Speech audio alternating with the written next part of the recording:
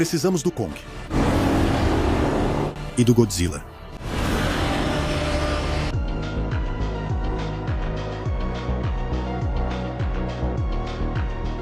A narrativa retorna ao ponto em que paramos. O grande titã submarino se esconde nas profundezas e Kong não consegue segui-lo. Do helicóptero, Lee observa com pesar o enorme preço que tiveram que pagar para finalmente tirá-lo do mundo. Axis. Ao seu lado, Keiko observa com muita atenção, enquanto Lee se contorce como se algo lhe doesse profundamente, lembrando que ele foi mordido por uma das criaturas estranhas dentro da cápsula. Durante o trajeto, Lee pergunta a Keiko se ela conseguiu ver direito. Para ele, é muito parecido com o que viram no Chile anos atrás. Ao ouvir, Hiroshi fica nervoso e pergunta: "Do que vocês estão falando? Sério?" Essa coisa não possui nenhum registro oficial, e é bem maior do que qualquer um deles jamais imaginou. Alguns minutos após o avistamento, o helicóptero pousa com precisão bem no convés do navio principal. Lá, uma equipe médica especializada já espera para atender Lee imediatamente. No entanto, no caos e na pressa da emergência médica, ninguém percebe que um dos besouros desce silenciosamente do avião e se infiltra com sucesso na embarcação. Não muito longe dali, temos uma visão clara da criatura cortando as águas turbulentas. Seu tamanho é realmente impressionante e ela se move a uma grande velocidade constante de cerca de 35 nós, aproximadamente 70 km por hora. Nas salas de controle do navio principal, rastreiam sua localização exata, mas até a grande embarcação tem dificuldade em segui-lo de perto. A equipe espera que Tim dê as ordens pertinentes, mas ele ainda está muito abalado pela morte recente de sua chefe. Na verdade, ele não quer assumir responsabilidade por nada, e esse acaba sendo o momento perfeito para que Keiko assuma seu lugar de liderança. Os oficiais informam que estão totalmente incomunicáveis. Em alto mar, o Titã gerou um grande campo eletromagnético, e só eles têm conhecimento real de sua chegada. Embora Tim não goste nem um pouco da presença constante de Lee, ele respeita muito Keiko, então decide se afastar para que eles cuidem da situação. Enquanto isso, o escaravelho rasteja silencioso entre os passageiros nos corredores escuros da nave. Em um dos camarotes, Hiroji lamenta profundamente o que fizeram. Ele não sabe se salvar Lee foi realmente o certo. Um novo titã foi liberado no mundo, e para ele, o melhor seria tê-lo deixado morrer. Mas ele não esperava que Kate estivesse logo atrás, ouvindo tudo. Hiroji a alcança rapidamente e tenta se desculpar de coração com Kate. Mas ela também acredita firmemente que cometeram um grave erro estratégico. Ela não fala em salvar Lee, pois sabe que ele nunca os deixaria para trás. Mas sim por terem libertado um novo titã desconhecido, algo que poderia causar, inevitavelmente, um novo dia G. Hiroji pede desculpas, sinceramente, pelo que disse antes, mas isso já não importa muito. Neste momento crítico, o titã está livre. Eles precisam superar a culpa e focar em detê-lo. Enquanto Kate caminha pensativa pelos corredores, um enfermeiro chega ao seu posto de trabalho. De repente, ele ouve um barulho estranho em uma sala próxima e se aproxima cauteloso para ver o que ocorre. Um segundo depois, o escaravelho mutante pula violentamente em seu rosto. Esse ataque repentino nos leva imediatamente de volta ao Chile, especificamente ao pequeno vilarejo de Santa Soledad, no ano de 1957. Lá, Keiko e sua equipe estavam examinando a caverna que a garçonete local lhes mostrou. Após horas explorando, Billy retorna animado e diz que precisam sair rápido. Ele achou um mapa antigo na caverna mostrando a migração das criaturas. Se conseguirem segui-lo, talvez encontrem um espécime vivo e não apenas um desenho inerte na parede. No entanto, Keiko pediu mais alguns minutos. Ela está analisando cuidadosamente as águas locais porque quer saber exatamente o motivo. Os aldeões estão tão convencidos de que essas criaturas marinhas são a razão da boa pesca na região. Esses minutos extras fazem com que Billy perca um pouco da sua paciência habitual. Sempre o seguiram sem hesitar no passado, mas agora Keiko insiste em ficar um pouco mais.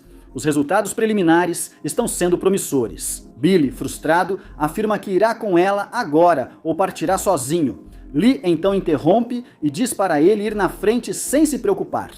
Ele mesmo cuidará de Keiko enquanto ela termina seu trabalho científico pendente. Após um beijo amoroso de despedida, Billy finalmente parte, deixando sua amada nas mãos de seu melhor amigo, em uma cidade estrangeira onde claramente não são bem-vindos. De volta ao navio atual, Tim pede a Lee que o visite em breve em seu escritório particular. Ele informa que finalmente conseguiu entrar em contato com o Centro de Comando Superior e eles ordenaram que seguissem o Titã. A todo custo, eles irão relatar tudo o que acontecer. Mas ele não se sente capaz de dar as ordens táticas. Por mais que lhe custe admitir que não gosta de Lee, reconhece que ele é a única pessoa com experiência real e por isso decidiu passar o comando para ele. O problema é que o centro de comando ordenou a prisão imediata de Lee e seu transporte para interrogatório. Tim resolve destruir a página e prefere acreditar que a mensagem foi corrompida.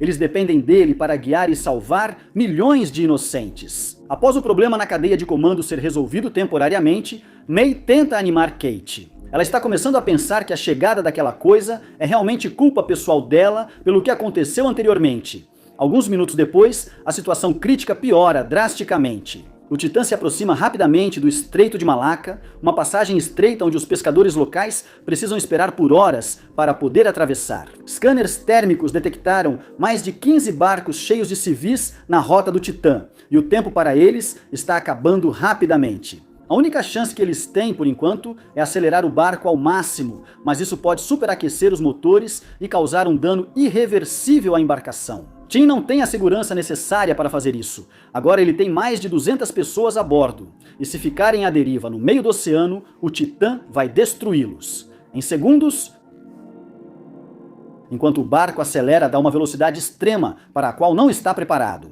Nós voltamos ao Chile, onde vemos Billy finalmente partir em um pequeno barco da margem. A garçonete o observa com muita atenção e de repente um sujeito misterioso aparece ao seu lado. No peito, ele tem a tatuagem detalhada de uma das criaturas e diz com firmeza que o tempo deles está acabando. Ela implora que ele lhe dê todo o tempo possível, mas ele responde friamente que já é tarde demais. O destino dos que ficaram já está escrito e ela não pode fazer absolutamente nada por eles. Agora, na caverna, Lee ouve atentamente Keiko. Ela está visivelmente abalada pelo que ocorreu com Billy, mas sabe que não pode conter seu impulso. Ela gostaria que ele fosse um pouco mais atencioso com o que ela acredita e com suas pesquisas científicas pessoais. Mas ele sempre parece estar correndo atrás do próximo monstro. Cake o ama, mas às vezes se pergunta seriamente se ele ama mais os monstros do que o relacionamento deles. Depois de derramar algumas lágrimas amargas e de Lee consolá-la por um bom tempo, Keiko volta ao trabalho. Pouco depois, ela sente um leve tremor e percebe nitidamente o chão se movendo sob seus pés. Rapidamente, Keiko pega um estetoscópio e começa a analisar o chão com minúcia. Ela pensa que talvez alguma daquelas coisas ainda esteja viva debaixo da terra nesse exato momento. Poucos minutos depois, ela equipou todo o chão da caverna com sensores de movimento.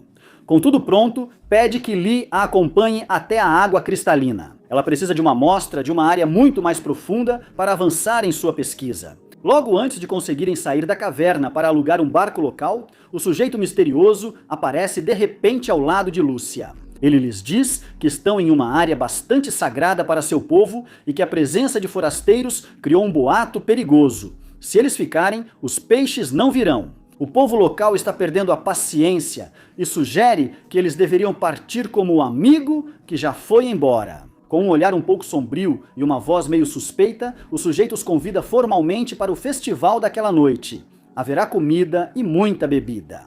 Finalmente, eles poderão explicar para as pessoas que não estão ali para fazer nenhum mal, e isso certamente vai acalmar os ânimos. Mesmo assim, Keiko não esquece o totem de sangue achado no centro da vila, o que a deixa nervosa.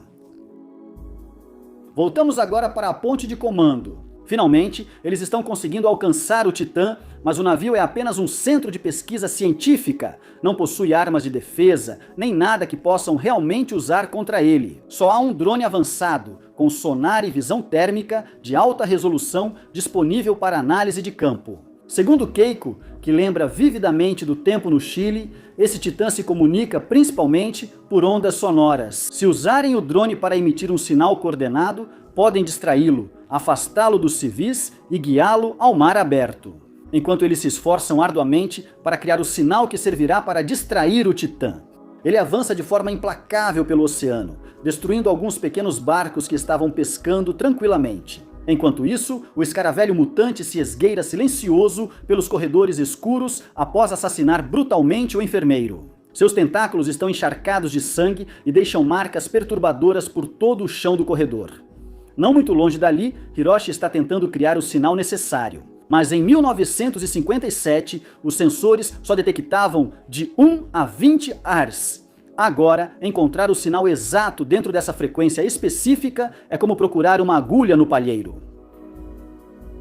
Keiko pede calmamente que ele configure o sinal para mudar de frequência sempre, mas Hiroshi teme que isso demore muito e não sabe se funcionará. Ele está profundamente frustrado com a pressão, mas ela consegue acalmá-lo, pelo menos por enquanto. Alguns minutos depois, Hiroshi tem uma ideia brilhante e finalmente termina de programar o sinal.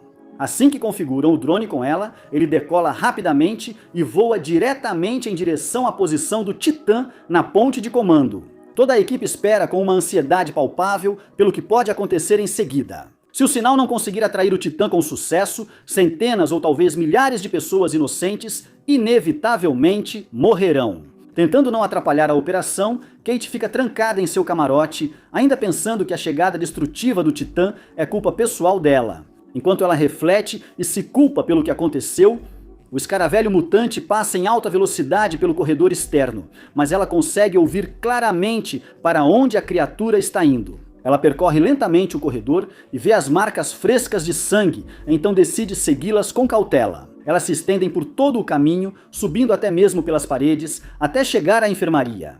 De repente, o escaravelho aparece grudado no teto. O monstro percebe sua presença e ela não tem outra opção a não ser sair correndo, desesperada. A apenas alguns metros, há um telefone de emergência, mas depois de tentar usá-lo, ela descobre que não funciona, então decide se esconder apavorada em seu camarote. Porém, segundos depois, ela reflete com determinação.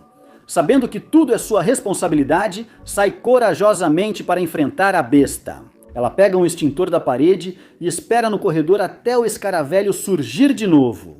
Com o dedo firme no gatilho do extintor, ela se prepara para a chegada iminente do escaravelho mutante, que se move lentamente em sua direção, agitando seus tentáculos ameaçadores e mostrando seus dentes afiados. De volta a Keiko. O drone de reconhecimento finalmente chegou à posição exata do Titã submarino. Agora é o momento crucial para ver se o sinal de frequência funciona. Para conseguir isso, o drone precisa se posicionar exatamente acima do dorso do Titã, mas o tempo está se esgotando rapidamente.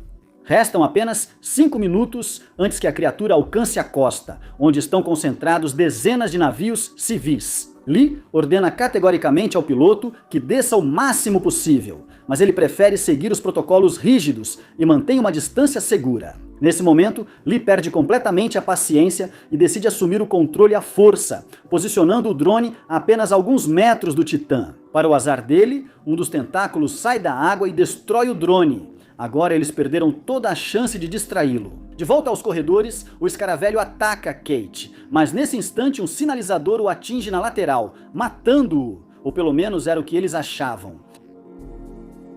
Atrás do gatilho estão Kentaro e Mei, que vieram rapidamente para dar uma mão na hora certa. Kate usa a adrenalina do momento para extravasar sua raiva contra o escaravelho mutante. Ela o atinge várias vezes com o extintor de metal, até que a criatura emite um som agudo que sacode toda a estrutura do navio. A pequena criatura emite um enorme pulso eletromagnético, que não só sacode o navio, mas também viaja pela água até alcançar o Titã e consegue chamar sua atenção imediatamente.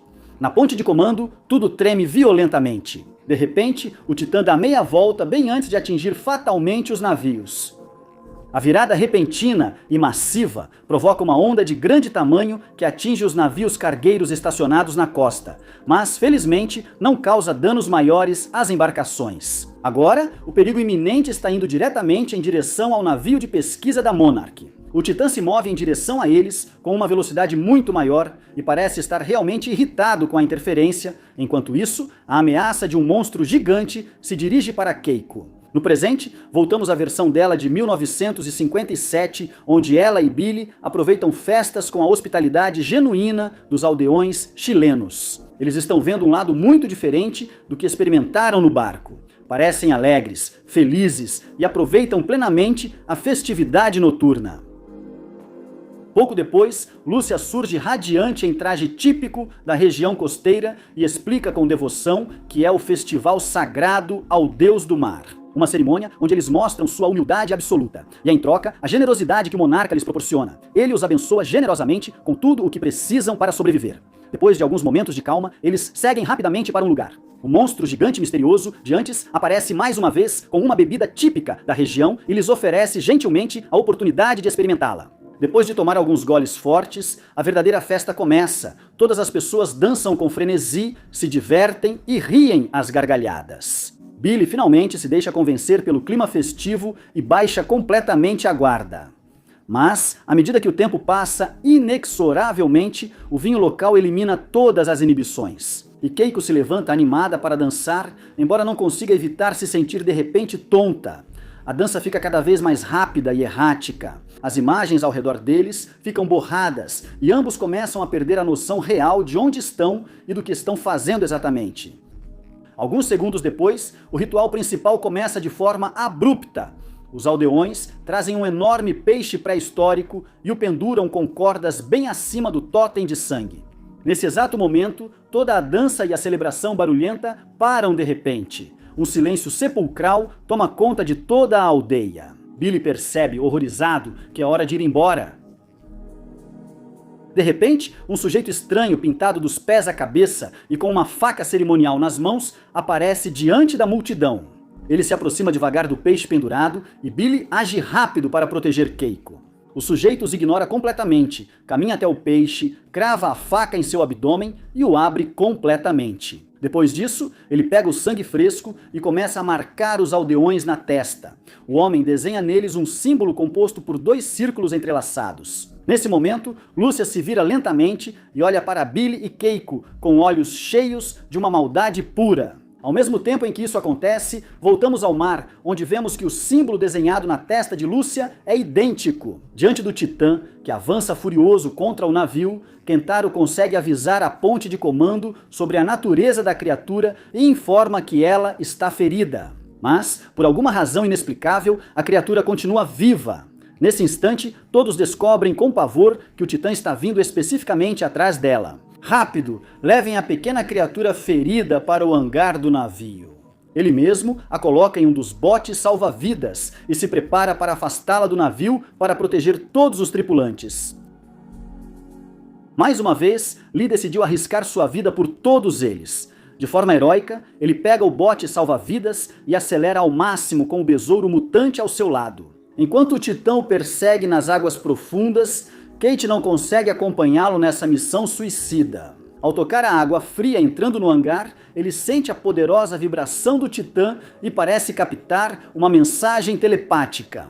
A equipe sobe rapidamente ao convés principal para ver o que acontece com Lee. Nós podemos ver que a água vibra de uma forma rítmica e constante, como se o Titã realmente estivesse tentando se comunicar diretamente com eles. Do convés, Keiko observa angustiada enquanto Lee pilota o barco em alta velocidade, tentando se afastar o máximo possível do navio de pesquisa. Mas um pequeno barco a motor jamais vai superar a velocidade impressionante do Titã. O Titã se aproxima rapidamente do alvo e não há nada que ele possa fazer fisicamente para evitar isso.